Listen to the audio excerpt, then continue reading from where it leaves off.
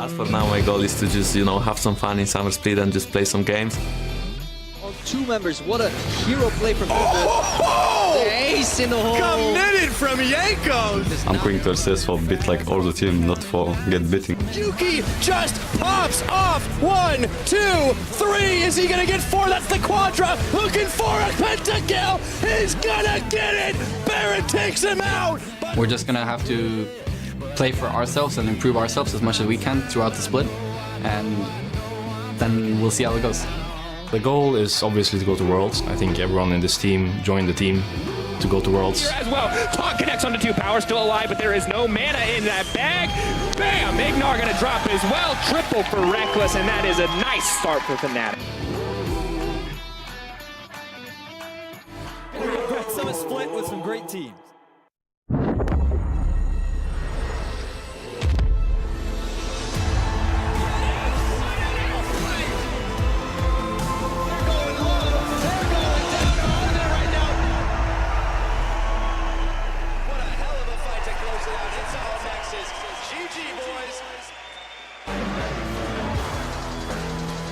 Hello everyone and welcome to Berlin for day 3 of the EU LCS Summer Split. Our 2 new teams are facing a tough challenge in their first series as they are going up against H2K and Fnatic. 3rd day in a row, we're live here from our studio in Berlin. The crowd is hyped.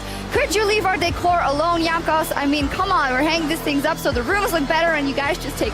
No, seriously, the Serious Monkeys there warming up for their first game. I have it from on good authority because I asked them they seem a bit nervous for their first game, which is to be expected. Good afternoon, everyone. I'm Eva Schogesupporter, following today's action alongside Andrew Day and Martin the Fisho Lunga. So anything you guys have to say? Now when we say my name? Sure, why not? Martin It's the just Fisho a Lunga. dancing kind of name, Deficio. Interesting. We had Dracos with the bananas before, and we're just... Oh, we gonna saw make that one, yeah. Yeah, we're going to make an entertaining broadcast. And yesterday was entertaining as well because last place finalists G2 and the Unicorns of Love, they picked up a couple of wins as they took down Roccat and Vitality, and G2 did it with 3 subs nonetheless. Yeah, I'm not sure if I'm supposed to laugh or cry about the fact that G2 actually won yesterday's series against Roccat, because the 3 subs, jungle, mid lane, top lane, outplayed the 3 guys on the side of Roccat. And it was actually quite strange to watch this G2 lineup play, because they didn't look that bad, even though they were supposed to, of course, not be too good. And while it is sad for Roccat, for the individuals who did play in light of the main members of G2 not being there, things look fantastic for them, and they're looking great coming into the new split. But we also saw the Unicorns of Love go up against Vitality, and for Unicorns, it looked like another day in the office. They didn't look like that they had dropped a step in their time off. Yeah, and Vitality looked like the same team we saw last split. Obviously, it is very early on in this new split here, only week 1, but they kind of fell behind once we got to like the mid-game, and they couldn't really get back into the games and just got engaged on 24/7 by the Unicorns of Love, playing that great team fight. They had a good 12 minutes, Deficio. in game one, they had the 12 minutes. Yeah, we thought it could be the change. I wanted more, but I think we're gonna see more. The following weeks, it's tough to start with the Unicorns of Love. Yeah, exactly. Vander and Yamato just joining that lineup, so we'll see how all of that evolves. But after 2 days of the summer split, let's check out how the groups look before our last series of the week. Most of the top teams have started out well. Fnatic, G2, H2K, Unicorns of Love, but then Splice, Misfits still looking for a win, and of course Ninjas in Pajamas and Mysterious Monkeys are taking to the stage today. Yeah, I think the big surprise for me out of this, what we've seen so far, is how underwhelming Misfits look with the arrival of Max Thor. There was talks about that being a better communication step up, and so far we haven't really seen a big change. So hopefully that can improve as the split progresses. I did not expect to see so many one-sided game 2s. For some reason, game 1 would be like kind of weird, where there would be some kills left and right, and it would be a little bit slower. Game 2, then Fnatic stomped, then H2K stomped, and I'm just a little bit surprised that actually happened. I thought it would be closer. Yeah, well, very entertaining series across the board. And here's what is in store for the last day of week 1. The first series for both Mysterious Monkeys and NIP. And, well, not an easy one. H2K and Fnatic. Welcome to the LCS. Yeah, it's definitely a rough start for both these teams, playing up against 2 teams that seem to be coming out the gate swinging right off the bat. But you can get a lot of value from playing against these teams right at the start of the split, because when you're new, you're trying to get used to the stage, you're trying to figure out maybe some of your very early issues, and playing up against the best teams are the easiest ways to identify that. Yeah, you might as well start with these guys because they will, of course, be really hard to beat anyway the further we go into the season. So I think it's actually pretty good for them. They're not starting with, let's say, a Rocket versus NIP, because that might be a super important game to avoid relegation or maybe taking that third place in playoffs. Yeah, and expectations-wise, when we look at the two groups, we do think that there's going to be a bit more competitiveness compared to the Giants and the Origin that were in that spot last split around. Yes, I mean, we have to We remember will that never it was, see another Origin. I'm just going to say that straight up. Do remember that Mysterious Monkeys, this was effectively the lineup that 3-0'd Origin coming into this. They looked just individually better, but also as a team. So I think that in terms of the overall level, our bottom teams are higher. Whether or not that can develop and do we challenge always the say top that teams, though? We didn't say it last split. We Definitely did not say last split. split. And again, we saw that with like Origin and even Giants in the end couldn't beat the challenger teams, and that's why obviously they're out of the LCS. Right, new blood. Well, we've seen a lot of action so far in week 1, and we also want to hear from you guys. Send us your LCS big plays at LOL Esports with the hashtag EULCS, and we will highlight your favorites at the end of the day, because meta-wise and like comp-wise, we've seen some explosive combos. Oh, we have. We got to see the Zac yesterday. Very surprised they made it through the draft, especially in the hands of Xerxes, who's even brought it out in the past, and it was very exciting to watch. Xayah and Rakan, that one really was my fun favorite. duo. Yeah, the engages that we saw, we've been seeing a lot in LCK even today as well. Like, a lot of cool stuff has been coming out this meta. For sure. Well, let's see what the Mysterious Monkeys can do against top-tier team H2K as we send it over to our casters for Game 1. Thank you very much, Shox, and greetings all you esports fans out there. I am Devin Pyrotangus Young. Alongside me is James Stress O'Leary. We are ready for the final day of Week 1 EULCS Summer Split. Are you ready, Stress? I'm ready. I hope Mysterious Monkeys are ready, because this is going to be a tough test, but we'll see what a challenger team can do. There's a good history in Europe of challenger teams coming in and looking towards those top spots. True that, and they were really wrecking through the promotion tournament. Let's take a closer look at our starting teams. So on the blue side is going to be H2K for game number 1, which means up in the top lane we have got Odo Wamne. In the jungle it is Yankos, mid laner Febivin. Their ADC is Nuclear, support is Che, and their coach, as always, is Prolly. Now, H2K, always a team renowned for their strategy, their macro play, whatever word you want to use to describe it. Well, you can say they came back with that in volumes upon volumes, because a strong opening to the split, 2-0 over Splice, and that second game was a crushing win in favor of H2K. They were prepared to fight against the 1-3-1 that Splice tried to bring out, and then Odo Wamne with maybe one of his best games of the year on Fiora in game number 2. He was a dominating wonder in the rest of Splice. I mean, it's easy to forget sometimes when they stick him on a tanky champion how much he can actually carry when given the resources to do it. And yeah, you said it, game 2, it was pretty much lights out. It all started with Yankos getting revenge after getting first blooded in game 1.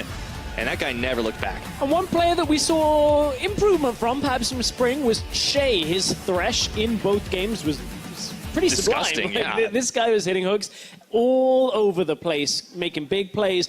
I'm expecting to see the Thresh banned away from H2K today. I think so as well, and looking to dodge those Thresh hooks against H2K. We have the newcomers to the EULCS. It is the Mysterious Monkeys, formerly known as Misfits Academy, which means up in the top lane we will have Jisoo, followed up by Llama Bear in the jungle. Mid laner, he's finally on the LCS stage, Stress. It is Caso, AD carry, Yuki 60, support, Dreams, and their coach, Unlimited. This is a lineup that qualified from impressive wins. Schalke 04, Giants, and Fnatic Academy all fell at the feet of the then Misfits Academy lineup. And you talked about it. Finally, Caso makes it to the LCS stage. Well, he is now ready, he says, because he's our player to watch for the Mysterious Monkeys in this game. This guy is a very talented mid laner in Challenger, but my question now is, how can he live up to some of the big mid laners we have in Europe? And Febivin, as his first opponent, is a big name to try and take down. Oh yeah, too, and it's going to be a good matchup. We'll see how it all shakes out as we load up into picks and bans.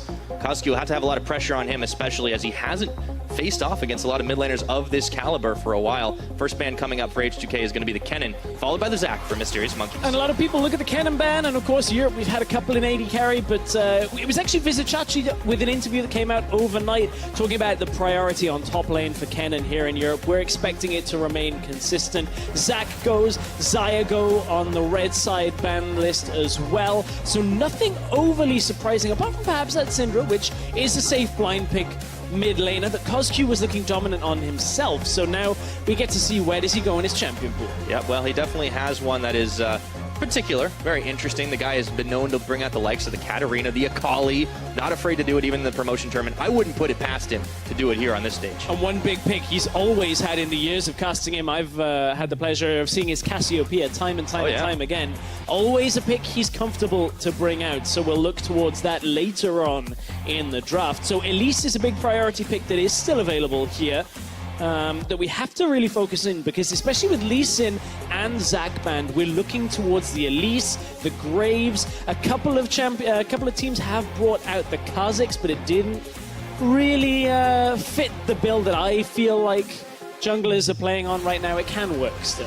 But with the Elise left open after the Graves was banned, it's going to be the easy no-brainer pickup for Jankos right now. So we'll see what the monkeys are going to bring out. As Jisu's having a little bit of fun himself.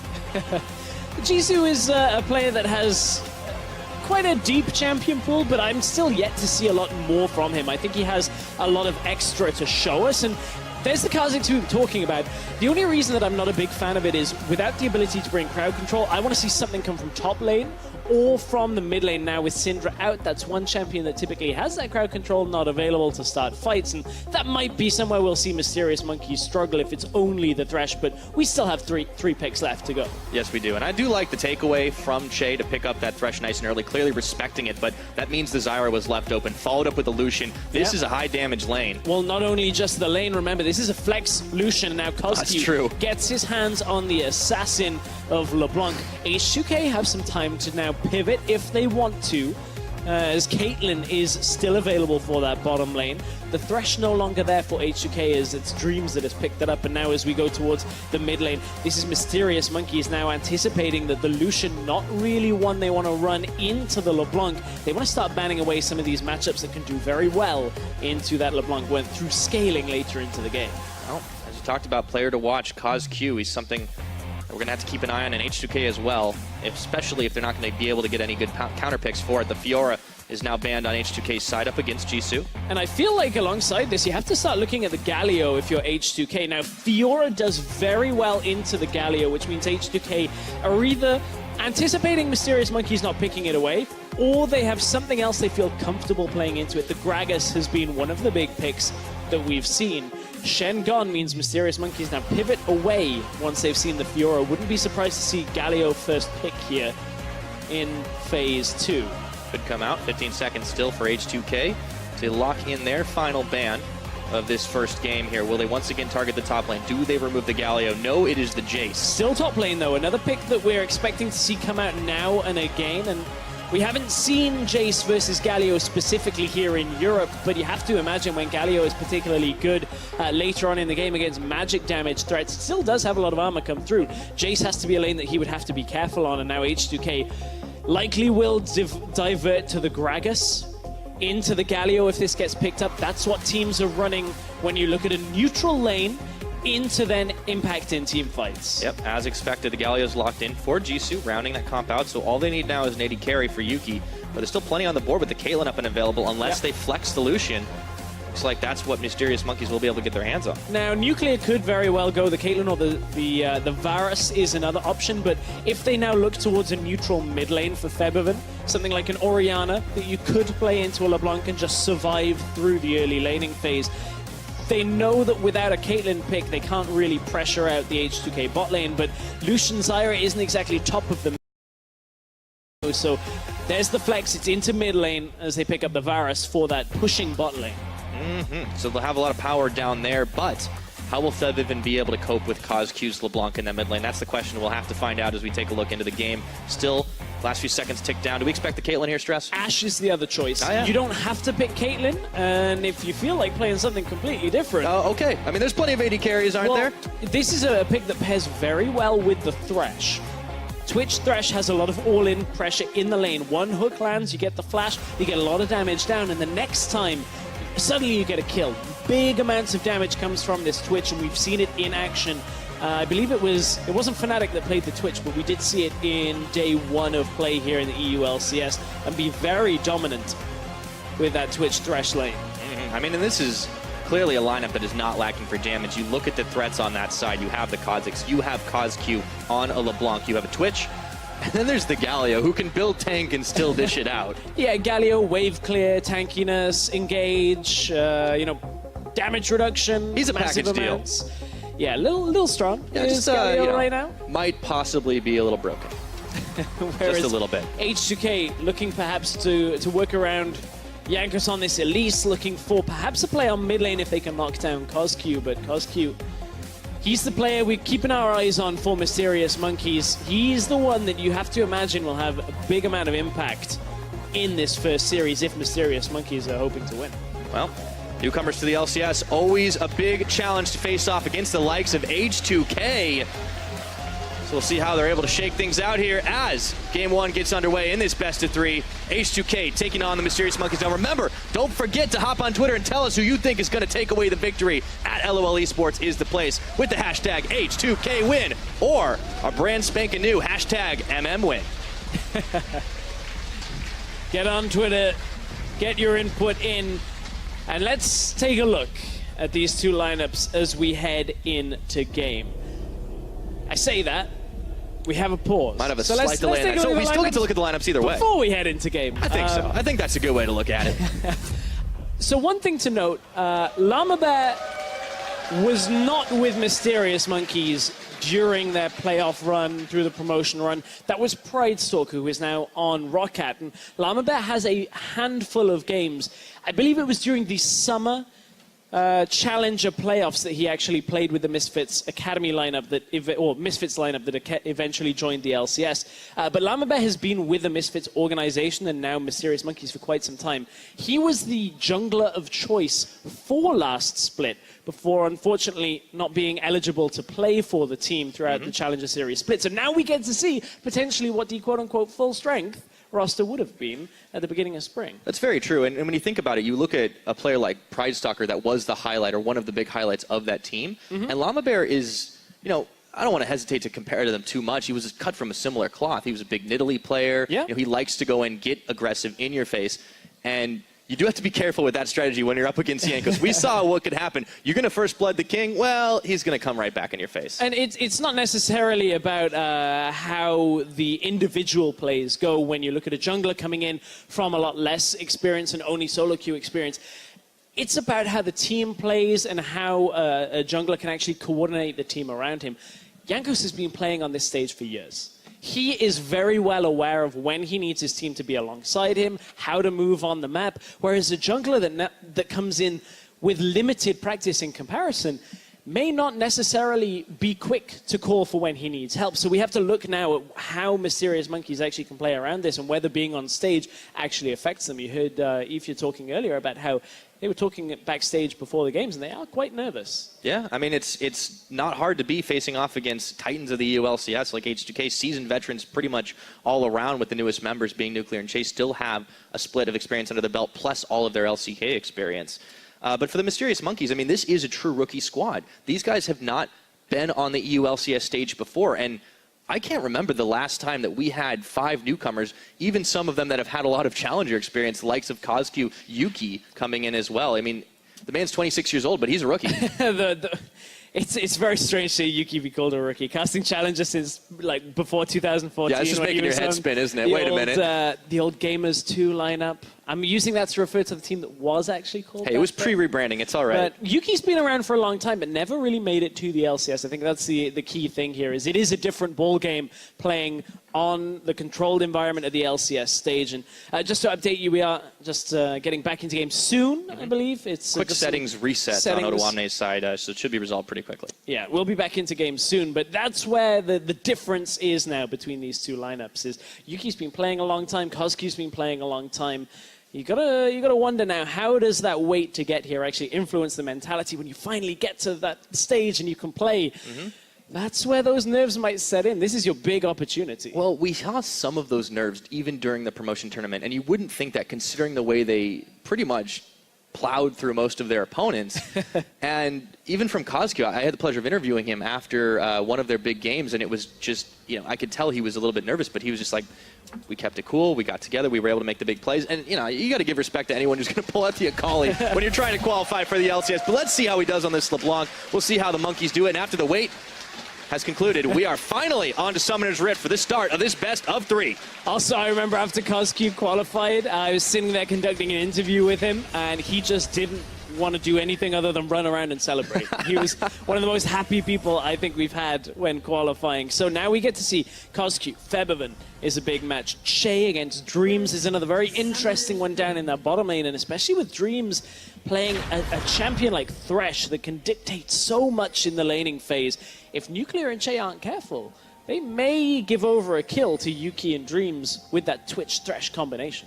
And it's the kind of thing that is right up those two's alley as well. You look at what they did in the promotion tournament. Yuki saw the call at the beginning of the day that Pentakill he was able to pull off, and it was a bit of an odd situation, but, you know, he's a guy with a lot of experience, maybe not on this stage, but several years of playing, and, you know, give him a hyper carry and the right situation, he might just be able to pop off, and that's something H2K are going to be looking to shut down.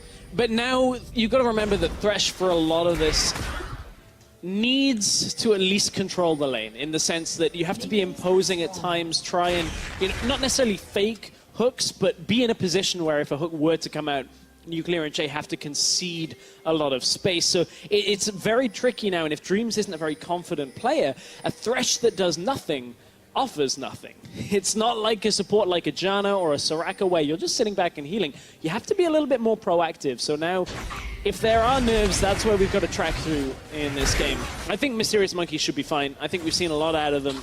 I'm looking forward to these trades in bottom lane. But we'll also have to check in with how the mid goes down, because Feb have been rocking the Lucian mid, of course, up against Caso's LeBlanc, who will be looking to set up some picks as soon as possible. Of course, hard to burst with the Doran shield. I mean, with the changes to it as well, Doran's kind of brushed up his arsenal a little bit, so the stock and the swords have fallen. Yeah, that's indeed true. Looking at that mid lane, we talked about how Caso, he's on the LeBlanc, not one of his most played champions. He has a bit of an unorthodox pool, but struggling early on here against Febiven's Lucian. Of course, this is one of the strengths of Lucian. Early on, utilizing that double tap passive, you're able to get a lot of damage down, and Febiven beat Caso to level 2, and that's where a lot of this domination comes from. He managed to get a quick combination of passive procs off in a row. Caso already under the pressure. It's not too damning. He has the teleport available. There's a lot of minions in the wave stacked in front of him, and this lane is one we'll keep our eyes on as we go forward. Absolutely, but for the time being, the experience is definitely proving a little much for Caso to start things off, and might be requesting the help of Llama Bear soon. Jankos is doing what Trashy did to him the other day.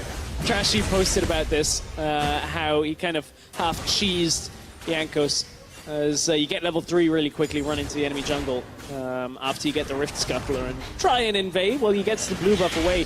Llama Bear already losing 1 buff, but look at it, already the experience, at least from what he should be doing, is showing through. Llama Bear now looking towards the other side of the map, maybe trying to get himself the enemy blue buff in response.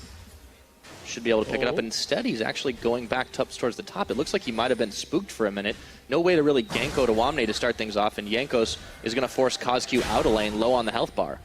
Yeah, Llama Bear can't really afford to commit, because look how far mid lane is shoved up. Caso doesn't know that's warded. Obviously will reveal himself.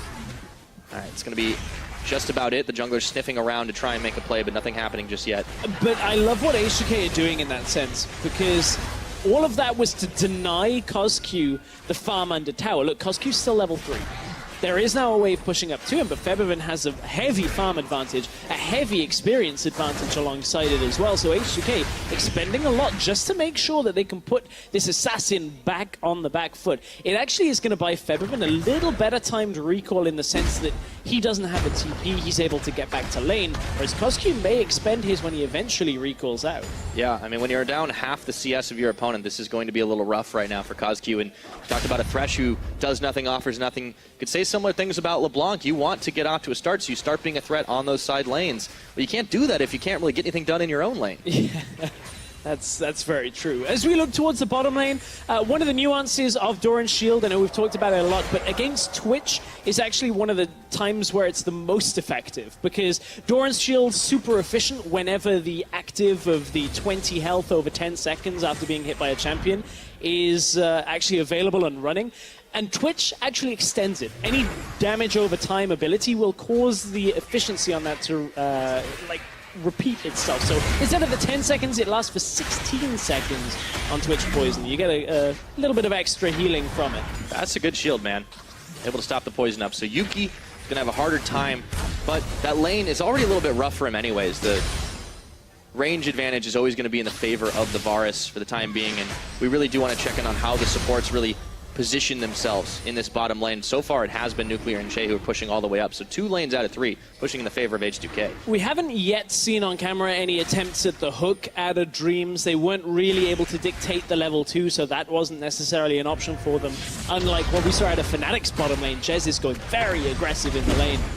But we, again, are waiting to see where this Mysterious Monkeys lineup actually looks to put their focus, because through qualifying, everything was about snowballing mid lane. Mid lane, mid lane, mid lane. Send Pride Stalker mid, get CosQ ahead. Llama Bear hasn't had too much of an opportunity to get there, because Jankos has had his impact there as well. I've been trying to get some more damage out on the CosQ. Only half the culling is able to find him as he gets stopped up on the chains. And the experience of Febiven showing that he knows he can trade his health. He has Barrier, he hit level 6 first. He's able to push CosQ away from the wave, deal damage, trade some of Febiven's health in exchange for harassing down CosQ. And he maintains a CS lead, gets another recall out, and is able to make it back to lane. This time, CosQ doesn't have TP, remember. And with Ignite, there's a lot less kill threat on Lucian than you would normally expect. Oh yeah, it's very difficult to kind of work through that health bar, especially with the barrier up and available. And even though Jisoo is managing to push out his lane up in the top side, that's really not going to make a huge difference right now. It's just Doran's rings matched for Doran's rings right now. So H2K are perfectly happy to let this one be nice and slow to begin with. Well, at the same time, it's Galio. He pushes just about every lane, almost everyone. As the tornado spawns in front of him and can clear a wave later into the game. It's a little bit silly, but at the same time, Jisoo will become unkillable. So if you leave him for too long, it might not necessarily be the easiest thing to deal with. And keep in mind that while H2K do have a good amount of mixed damage with a Zyra, with an Elise, their primary damage threats are AD. So if Galio does end up building a whole bunch of armor, maybe gets the Gargoyle Stoneplate to add even more armor on top of that and a lot of health, it may still be difficult to kill him, despite him predominantly being an anti-magic tank. Yeah, that could be pretty difficult for them. They're going to have to itemize appropriately. And the thing about Jankos is you can do early damage on Elise. You can get in people's faces early on before you get to that later game stage anyways. We just haven't seen him, outside of that mid attempt really early on, actually do a whole lot outside of his own jungle or the blue buff down by. So he hasn't been all over the place. It's more about mind gaming Llama Bear. If you think about it, he has hamstrung CosQ quite significantly in the middle lane. And now that opens up the map. Even though you're not getting kills, if you push the mid laner back and you're able to get wards down, you can look for a dragon. Maybe we'll see him look to solo Rift Herald if they have the time and the tempo in order to get it. CosQ just summoned his Mimic.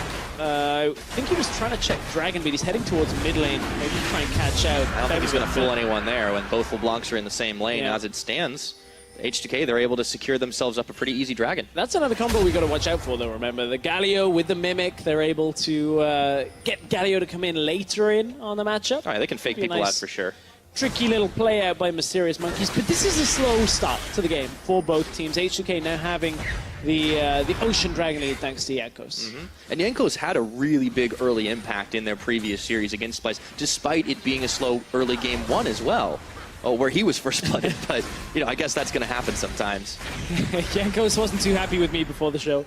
We have a little giveaway sometimes at the studio for those. I saw that dirty look he gave you when he told him and he the got... question for today was who was the player that got first blood, and it was Trashy, of course, in that series. And Jankos sitting on stage was not happy to be reminded of that. Odo Amne let him know, though. Odo Amne pretty much laughed at him at that point while they were setting up. But H2K certainly in high spirits after a win against Splice. 2-0, very convincing, and with a move towards the top lane, Jankos is looking to set up his team and Odo Amne perhaps to take the lead of this game as well. Jesus is going to have to watch himself. Beryl is going to pinball him back towards the wrong tower, but Odo has to be careful as he's low on the health bars. Jankos coming in. This is about as easy as it can get. He's stunned up on the cocoon. Justice punches his way in got the for the first blood onto Odo Amne. Jisoo goes down, but hashtag worth. You said easy as could be. I don't think Odo Amne was expecting the damage to come through there. And Just he's Galio able to take things, him man. out. Hang on, bottom lane, we may very well have a sneak attempt here. Flash play. Oh, okay, the box, it's not going to clip him here, but they're looking for nuclear, turning their attention over to Che as Llama Bear takes a bite out of his health bar. One more shot to taste his fear, and all of a sudden the Monkeys got 2 kills. Well, we talked about how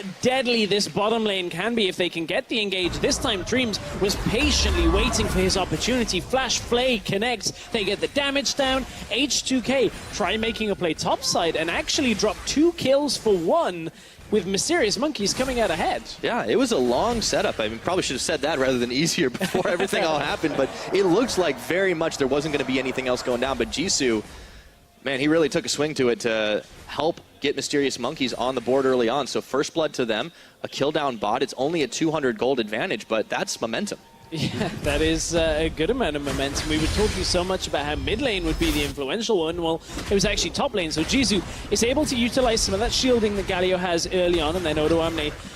Happy hour is already gone now for Odoamne in this matchup, or at least in this little exchange. Taunt comes through, Justice Punch into the Q, and then Jisoo's able to get enough health back from Grasp of the Undying, plus the ability to just sit there. He's able to get the kill, and then we go to bottom lane. In comes Llama Bear, along with the rest of the Mysterious Monkeys bottom lane. The Zyra knockup actually gets both Dreams and Yuki, I think, but it wasn't enough to stop Llama Bear, who was right next to him. Yeah, and that could have been worse for the H2K bottom lane as well. They just narrowly avoided being locked up in the Thresh box, and Che actually even had to flash to get out of it, but he still ended up going down. And speaking of burning flashes, another thing great for Mysterious Monkeys, they burned Yanko's flash just to make sure Jisoo was going to get killed. And all of a sudden, it looks like we're in for some more. Up goes the Spider, and Caso says not today. You know how we were talking about Caso and jungler around mid being a big priority? Well, the Mysterious Monkeys say, okay, we didn't do it from the beginning, but here we go. Let's get the ball rolling in the way they like to play. And that pretty much offsets all the hard work from Featherman from the beginning of this game. That CS lead now pretty much is non-existent in the sense that the gold is made up for by the kill, so feels bad, man. Monkeys. We talked about how H2K should theoretically be a tough test for them from how good they looked against Splice. Well, for the early game at least, Mysterious Monkeys are in control. Chains down onto Febiven as he was looking for Caso, just able to walk out freely. Febiven's going to have to clear the minions away. Really nice start, yeah, as Mysterious Monkeys have been able to turn it around. It seemed like at the beginning of the game, we knew there was going to be some stage nerves. We knew they were always going to have a little bit of trouble dealing with, H2K's early game, but the fact that they built themselves up a lead here, it's an encouraging sign for the newcomers. Yeah, encouraging sign. It just clicked why Jisoo was hovering over Wukong to begin the champ select. I completely forgot. I was thinking about it. I was trying to get monkey puns in my head, and I'm like, oh, Wukong. That's why he hovered Wukong. Somebody is going to tell me how slow I am on that. I hope that becomes a thing every week. Always. I mean, every team's got their own hovers, right? Yeah, and then when you don't expect it, of course. Yeah. Well, you're talking about crowd control up top. I mean, that would have provided him, but not to level 6 anyways. All the same, though. Back into this one, Mysterious Monkeys rocking just shy of 1,000 gold lead. It is up against H2K that have a regen Drake, right? But now that they have some tempo, and there's a Mountain Drake coming up in a minute, things could start turning around. Jankos, though, is moving into this jungle. There's no camps available. There's going to be one ward on the other side, so he won't get spotted. He might go for a dive here, but Che's coming up through the jungle as well, so it looks like they're just trying to get some vision. have actually pinged out the exact location that Che and Jankos were, so they were clearly aware of that being a possibility, and now they'll run over a ward towards the middle lane, so there shouldn't be really any opportunity now for H2K to pick up a kill. So Mysterious Monkeys have started controlling a little bit of what H2K were looking to do after those first few kills, and we're starting to get closer and closer to these first few item breakpoints. Blade of the Ruined King in the middle lane already completed. Top lane, the tanks haven't got any full items yet, but we're getting close to it already. Yeah, Jisoo's not really having a whole lot of trouble in the 1v1 situation, but Odoamne's still able to hang tough. Nice dodge out as the Justice Punch goes through for Jisoo, looking for more onto Odoamne, just turns it back around with the barrel. Yanko's coming up again, but the last time he came up here, it wasn't exactly the result he wanted. This time they got Febiven with them. Maybe this can be enough. Boy. But look, Jisoo should have a clear way back to his tower if he can flash out early. The barrel. Justice Punch, he's got flash. See if he can do it. Shield of Durand isn't going to get him out of harm's way, but the flash will. Sends a Winds of War. He's going really low under tower here, but Febiven is able to finally finish him off, not without taking a few tower shots as well, and they're running low on minions up top, but they'll start to push this. Odo's going to have to flash. That is not something we usually see. Didn't realize he was tanking tower for a while there. Clearly just... All right. Okay. This has been an unusual turns out start. The most mysterious thing about this game isn't the monkeys, is the flash usage of H2K in the top lane. But now we got mid lane TP coming through. H2K, they get the first tower of the game, so that should stabilize them for a second, but a little bit of madness in the last 30 seconds of this game. I usually talk about H2K having pretty solid methodical starts, but they've certainly been startled just a little bit. And with so much commitment up towards the top, not to mention a couple of flashes blown, Llama Bear's got free reign on the Mountain Drake. And this is one thing that H2K aren't necessarily prepared for, in the sense that they can't really deter this Mountain Drake unless Odoamne can somehow get a great steal. H2K weren't focused on the Rift Herald there because it would have caused their backs to be too late. There was no real objective after the tower for H2K to pick up, so I think you could even look at that as being potentially more of an even trade than you would anticipate, but nevertheless, it was tower first blood going over to H2K. That little bit of influx of gold gave them the extra bit towards the last items. Llama Bear is on a ward, so this time the play won't work. There's a very smart ward by Che, I believe it is. It's just out of range of the tower, but in range of where Kha'Zix would like to sneak in and get that lantern from Thresh, just like it happened earlier. Yep. You may not be able to see it all the time. That time they're able to. However, you don't always have to. You get the game sense. You're able to be like, that's a Kha'Zix spot. Okay.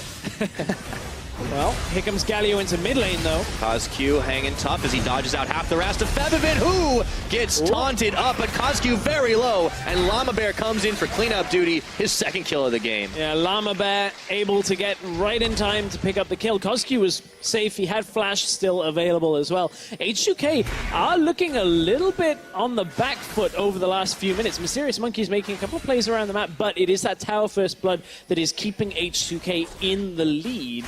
I want to see where they go next on this, because H2K need to continue this advantage when it comes to their objectives they're taking. Febivin was looking to try and preempt where KazQ was going, I think maybe just the wrong way on the culling there out of Febivin, but nevertheless difficult to hit the culling onto a LeBlanc either way. But Febivin, you can see he knows that that wasn't exactly the cleanest from him. Didn't flash, used the barrier, but couldn't survive. I wanted to see the Jisoo reaction because Llama Bear totally jacked that kill. All right, checking back in with it. A lot of trades back and forth, but KazQ goes in, KazQ goes out. The Lantern's there. Dreams is keeping tabs on what's going on in this mid lane, of course, but we'll check in with some of our items. You talked about the first couple of them being completed with the first Tower Blood going the way of H2K, but it's not the only place we've had items completed as well, as KazQ is able to get his X-Tech Gunblade all out and available. Yanko's starting himself on the Rift Herald. Got a real interesting item on the Galio. We've seen a couple of different Galio builds here in Europe. That's a righteous glory. That's not him I'm well acquainted with, Stress. He wants to go real fast. Well, if you look at the major regions, talking about LCK, EU, and NA for now that are playing, first player to do so, but Rift Herald is the fight here. Galio coming towards. They get steal away. They just come in and eat H2K's lunch. Down it goes. That's going to be Rift Herald picked up. The fight is on as KazQ is trying to get out of harm's way, dodging out from the spider. Dreams is going to get the Flash Lantern to keep KazQ alive. Nobody goes down, but the Rift Herald and Mysterious Monkeys commit grand larceny, but they might pay for it here. Stunned up, Jisoo's able to take down Che. Dreams still hanging tough before Yanko sinks the fangs in. Yuki picking up one more kill off the back. It is 1 for 2 Mysterious Monkeys. Well, that's one way of not losing tempo. Oh, KazQ. Yankos he still dodged. Yankos has got to protect the dodge back on the Q. KazQ. Oh, he got the gets the execute. Yankos well had done. to hit him in time. And there's the Rift Herald in mid lane. Already that first tower goes down. Llama Bear just instantly sending Rift Herald into the mid lane. Not a lot of damage done on the second one, but already they steal the Rift Herald. The tower goes down mid lane. Mysterious Monkeys really outplaying H2K on that one. Yeah, jeez, H2K just did not know what hit him, and that was impressive moves from the Monkeys right there. And even the execute at the end from KazQ, it means that Mysterious Monkeys walk away with that objective advantage, with the tower picked up, and 2 kills for 1. Here it is again. I mean, there's a good way of not losing tempo on Rift Herald, is just come in and steal it.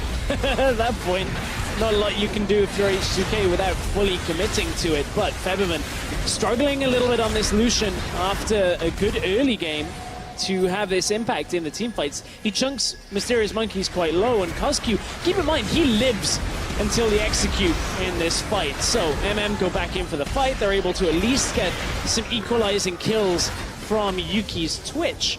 And then they sent the Rift Herald down mid, and everything seems to be working out in their favor. This is a lot better of a performance than perhaps we were expecting going up against H2K, who looked very strong against Splice. Oh, yeah.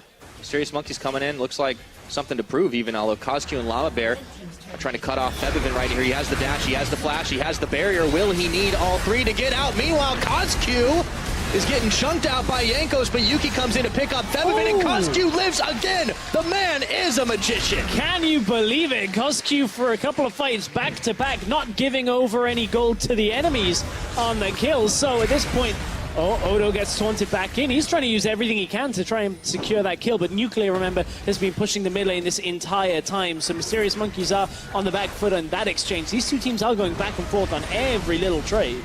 Yeah, but it's Mysterious Monkeys that have come up with those kills. However, towers low all across the board. H2K looking to just play the objective game out. But when you lose out on the Rift Herald, you got to be careful. How's that working for you? In 35 seconds until the Infernal Drake comes up with the tempo advantage, Mysterious Monkeys could be poised to take a serious lead. And now is a difficult time for H2K to try and push their lead a little harder, because look at it, Jizu already 2 armor components picked up in his inventory. We've got the Seeker's Arm Guard that Cosq's been building for a while into that Lucian. They may run out of damage if this game gets later. That's a 3-kill, 2-assist Galio that is going to become difficult to kill, despite, as we talked about, him being an anti-magic tank. H2K are looking for this Infernal Drake. They can't let it go, but look where Jizu's coming from. He's got Righteous Glory. He can get to this fight incredibly quickly, even without his ultimate. Things are flying right now. Mysterious Monkeys want to kick into high gear with Llama Bear and the rest of the team. This is going to be the startup, but will this dragon be the bait? Jizu coming around the backside. Cosq gets caught on the cocoon. All of a sudden, it's 5v4, and it's going to look like Dreams is knocked right into the rest of the team. In comes the hero's interest. Dreams is walking away from this one. They're turning it around, but Shay picks up a quick double on the back as Jankos is caught in the back of the pit. Febiven's going to send a big calling flying, and finally Jizu will fall, shut down by Febiven. As the dust settles, it is 3 members dead from the Mysterious Monkeys, the rest in full retreat. That means H2K nabbed the Baron, or Dragon, I should say. That cocoon was a difference maker from Jankos. We've seen a couple of mechanical misplays from H2K, but that was beautiful when it was from a warded area over the wall. So Cosq playing right into the hands of the First Blood King, but Jankos certainly makes him pay for it. That's an Infernal Drake going down. Febiven and Nuclear in this mid lane have a lot of damage, but Cosq TP'd in. He comes right around the side, but he falls again. He was pushing his luck that time around. So many escapes, but now so many questionable decisions. And now perhaps you see some of that inexperience coming through. Cosq, very used to snowballing leads very effectively, thinks, okay, I'll TP back in, I can make this play work for me. Unfortunately, 2 damage dealers, the support of H2K still sat towards the middle lane, makes it difficult to convert it into a kill, even despite them being half health. I mean, it's so hard to burst down Febiven at this point. He's got the barrier up and available to him. He's going to have Flash soon again, of course, and he's been able to kite it out with his Blade of the Rune King. Not to mention his damage is starting to stack up. Yeah, his damage certainly is. So, as you said, Cosq was warded. Jankos threw the cocoon before Cosq got over the wall, but it landed after he stepped in front of him.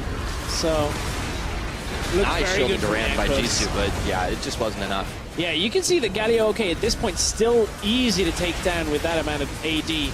That magic shield just does nothing against Febiven and Nuclear. But remember, that's no completed AD armor items. But that's now Infernal Drake into tower. H2K, 3 towers to 1 up, have fired back in this game. It looked for a while like Mysterious Monkeys had full control, but H2K have re-arrested their authority on this game. Yep, now they're stacking closer and closer to that Baron pit with 24 minutes on the clock. It starts to become a big possibility, but not before a few members are dead. Will that really be what they look at? H2K are not known for the riskiest of Baron calls. I mentioned that I thought Febiven maybe had started to struggle a little bit more throughout this game. Well, the last few minutes have been Febiven saying there is no struggle here for me. He's reasserted his CS lead in the mid lane. He's picked up a couple of kills and been active in pushing the side lanes, coming to mid lane. Now he's got that rapid fire cannon as well, so a little bit of extra range, extra damage. He is in prime position, if Mysterious Monkeys aren't coordinated in these fights, to take out the likes of a Twitch, like a LeBlanc, if they can manage to catch him out in advance. So H2K not hurting for damage quite yet. No. And Febivin, honestly, he's been able to dodge out of some bad situations, and he's done it on basic boots 25 minutes into this game. That's the impressive thing for me. So Febivin is definitely shining right now in this later part of the game, but we're only 25 minutes in. There's plenty of time for Mysterious Monkeys to try and mount themselves a comeback, but they do need to start stopping H2K in their tracks. The team fights are getting a little out of hand. Jizu will be able to clear out Odo Omne's presence in the bottom lane. It's the top lane that Yuki has to be very careful. He goes up towards the top lane, will have to move towards mid in response. You can see how back and forth this game has been between the two teams already. It's a good sign for Mysterious Monkeys in a sense. Yeah. Maybe not the best sign for H2K fans if you're expecting a quick 2-0 on the day. Where'd be the fun if you don't get challenged? Now, Caso, I have never seen anyone go in on 4 members like that, but he gets pinballed once again as Che gets the kill. Jisoo is too late to be a hero. Has to take the lantern out, but they do catch up Odoamne, flaying him right back into the box, and tower shots flying right now. He's still going to stay alive just barely. Jisoo is just taking so much damage in these exchanges. As much as Righteous Glory will give you a little bit of health, remember, no resistance is offered from it either. It's mana, it's health regen that comes from it. And of course, there's a couple of things with the passive that activates and you want the movement speed to get you into fights, but it doesn't really make you that much more tanky when you look at what the other items that Gallios typically have been building, whether it's the Randuins at some point later on. Some of them are getting adaptive helms, some of them are getting the stone plate, which is one of my favorite items on It's quite thematically Galio. appropriate, isn't it? Yeah, it is a little bit questionable, especially when you don't need the active from Righteous Glory to get into fights. You just fly into them. But, you know, I guess he just wants a little more wind beneath his wings. Let's see where he ends up going next. He's in on Odoamne, but, I mean, this has been about as wet noodle as it gets for a little while. Only when the junglers have gotten involved and we really see the kills starting to go through. But, yeah, Jisoo's definitely going to need to find something a little bit more if they want to keep this game in their favor. And Caso might need to temper the aggression a little bit. Just a little. He's a 1-4-2 LeBlanc, playing as if he's a 14-0-2 LeBlanc at that point, where he's looking for all I of played these with a few LeBlanc players like that. You don't want to play with my LeBlanc. That'd be 0-14-2. We still go in on 4, though. Yeah. Okay. Got to keep going for the kills, as Caso is doing. Of course, with this setup, with the double teleport, should in theory be Mysterious Monkey's way of setting up the side lanes. But look, it's H2K making plays on the TP users. 2-on-1, all that armor, and he just has to flash it out. Justice Punch to get out of the way. 2 on him, and no response from Mysterious Monkeys in mid. And what this does is it makes it so that at maximum it could be a 2 versus 2. Caso did just use his TP in defensive play. Away from... He was just making sure Odoamne and Febivin didn't actually push. Now the team engage in mid. Nuclear's got a root up on to Yuki, who already burned his flash dreams, and he are going to get knocked up as Llama Bear's there for the defense. But Yuki's very low. Caso gets the chains on. Febivin has to back it out. There's no tier 1 tower, although Odoamne barrels his way right into the rest of the team, but he is still tanking it out right now as the rest of H2K are there with the damage. Clearly no trouble for them as Nuclear was just busy farming. The Monkeys were able to bring Jisoo over to the fight in time, and that bought Caso enough time to arrive as well. But H2K forced them away from the Dragon. Remember, that's a lot of flashes burned from Mysterious Monkeys. All of the combat summoners from bot lane are down too. Caso walks right into Febivin and just gets chunked. Yeah, you've got 16% extra AD and AP, and the longer this game goes, that's going to start stacking. We talked about heavy AD damage from H2K maybe being a weak point. It doesn't seem to be the case right now. A little regen comes through from that Ocean Drake as well. They can head towards the top side, look to at least clear out vision. They're just going to start this. This is H2K saying you can't challenge us with all of your summoners being down. Look how fast they burn through it. Double Blade of the Ruined King plus the Elise Jisoo. He can get vision, but it's not going to be too much more than that. The Baron has already gone. H2K have really started to solidify all of their defenses against Mysterious Monkeys. And they're starting to run out of some of the bite that we had seen in the early game from the brand new team into the LCS. Yep, we always knew it was going to be a tough climb for the newcomers. However, H2K, they've started to keep this in their favor, looking to lock this game up. We're close on 30 minutes right now, and there is still, of course, going to be hope for that 2-0, but not quite as crushing as we saw up against Splice. However, Mysterious Monkeys are still going to have to stop this bleeding. And now this Mysterious Monkeys lineup is a pretty devastating composition if they can actually get ahead significantly and look to control 2 of the lanes, and then you move the Twitch with 2 others out to a side lane, push through. But Caso hasn't been in control of mid lane at almost any point in this game, and that is a real big issue if you want to run this comp, because if you lose control of mid lane, you lose control of jungle entrances, and that means H2K can find Llama Bear, can find Caso as they're moving lane to lane, and actually punish them for trying to set up all of this side lane play. Top lane tower is still up. Bot lane tower is still up for H2K. This is not a composition that could work in this environment. With the Baron buff on, 5 members strong, H2K know they can just bully, shove up the mid. And what you talked about punishing on these side lanes, Llama Bear, he had an early impact in the lanes after maybe a minute or 2 of not seeing too much of it. But we haven't seen too much out of him since then, and a lot of it's been because he just hasn't been able to get anywhere safely. So H2K have kind of closed a lot of these gaps, and now they're looking to do on top just what they did in the mid. And this is one of my issues with Kha'Zix, that is he doesn't offer much in these situations, which a lot of champions have weaknesses at certain points in the game. This is one that I feel for junglers is a pretty big weakness, when you can't force plays, when you're relying now on other champions to force plays. Champions like Graves are still good at the same time as a Kha'Zix. I just feel like Kha'Zix is underwhelming to watch for me, outside of the slow you get off the W. Well, you know, I mean, the way they were playing with Pride Stalker, you look at him locking in a Kha'Zix, that would have been something huge. But, you know, Llama Bear is not able to make the same kind of thing happen, but it's also up against a different caliber of team, right? Well, that's because, remember, Pride Stalker destroyed Lulex in the series that he played Rengar and Kha'Zix. It just wasn't even close. He was like 8-0 in a Kha'Zix game that was ridiculous. This isn't the same. If you're 2-0, that's great, but you can't snowball too effectively. And now without Dreams landing hooks, without Caso catching people out, Jisoo can't really engage on his own either. It's difficult to get things rolling. Yeah.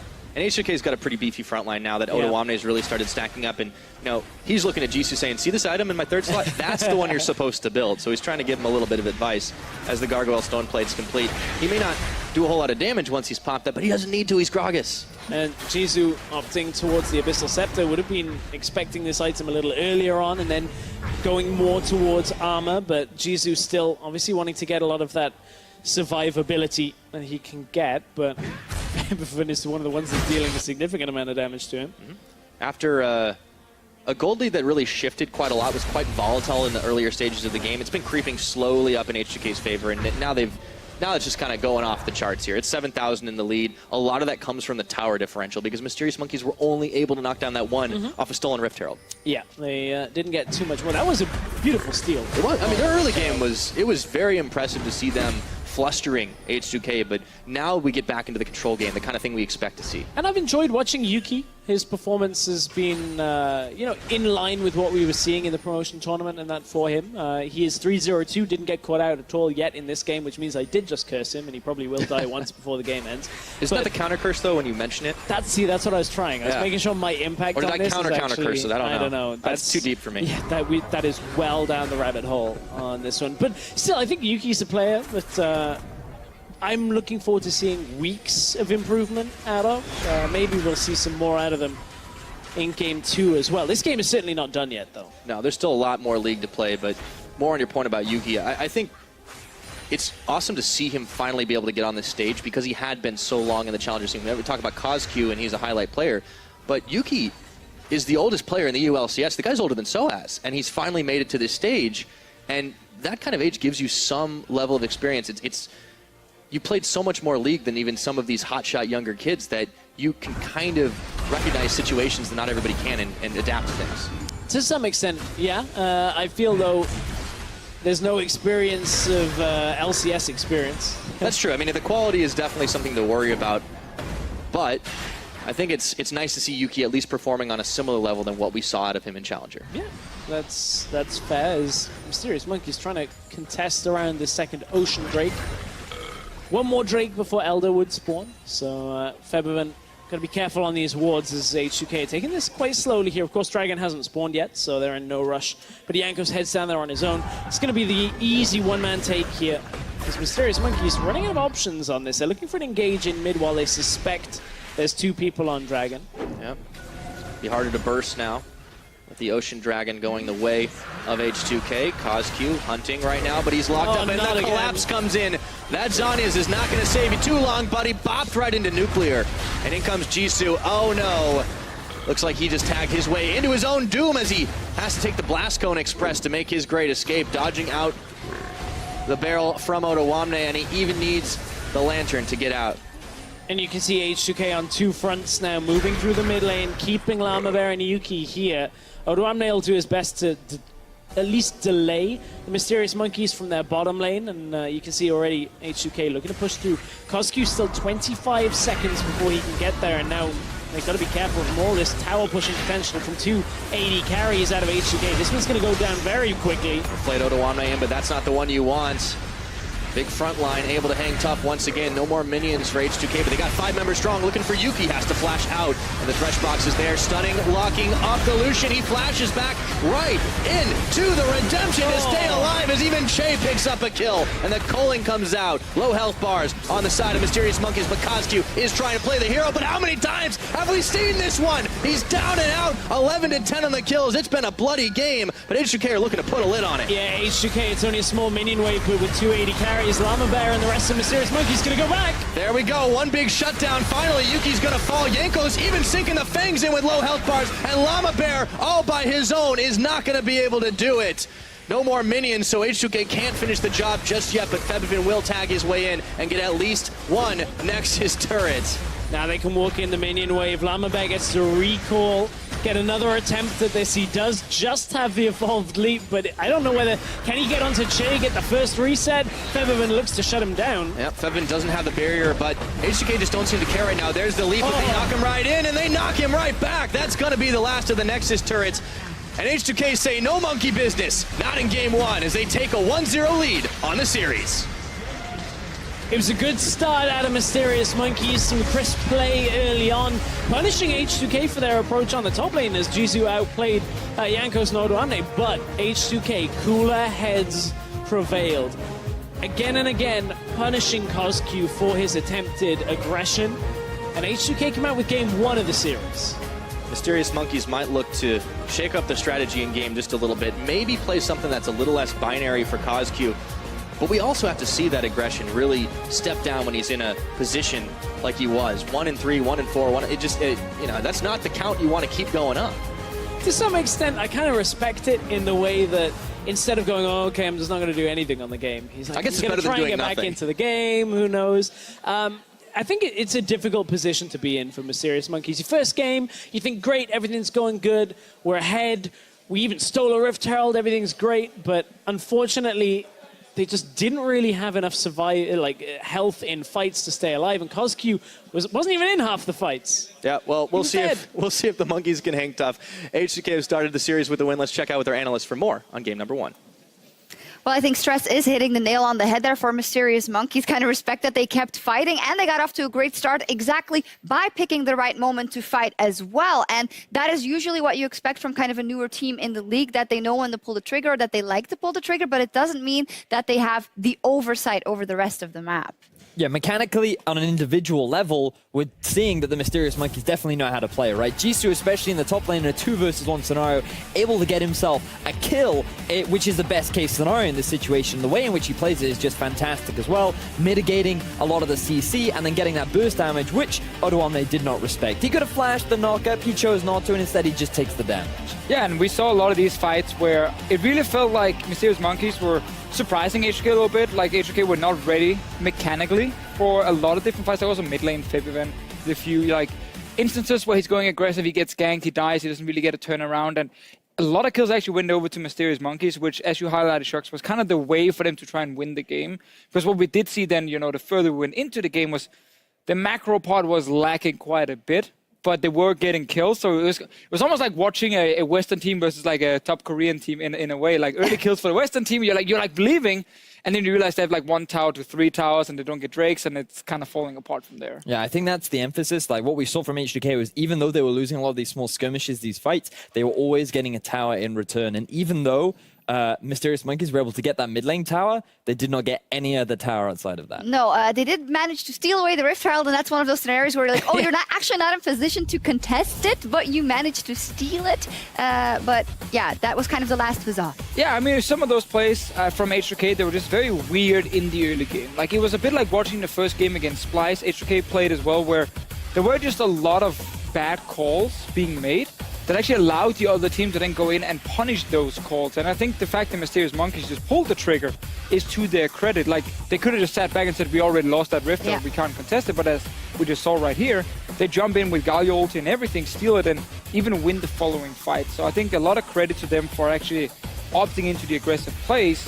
Sadly, when you play that style where you just rely on getting kills to get gold, it becomes really hard to keep doing it over and over, because once you start making a bad call in a team fight, hint, hint, cost queue, then suddenly you don't actually get anything, because all your income is based around kills, where all of H2K's income was based around farm and towers. Yeah, we see their Febiven stats, but in the end, cost queue kind of coincided with the Mysterious Monkeys ship kind of sinking. The fact that he felt the need to make a couple of plays and they were ill-timed or ill-placed. We'll take a look at, sadly, a dead montage, but welcome to the LCS, dude. Yeah, the thing worth highlighting here is that in Challenger Series, there's a very good chance that this kind of playstyle will work for Cosq, because he does not respect the amount of vision control that H2K have in the majority of these situations and their ability to respond to his incredibly aggressive style. But H2K is so used to this and they're so well prepared that every plan that Cosq brings to the table instantly gets shut down. And I think this is just something that he can learn from and develop with. And this is what we were talking about earlier in the day.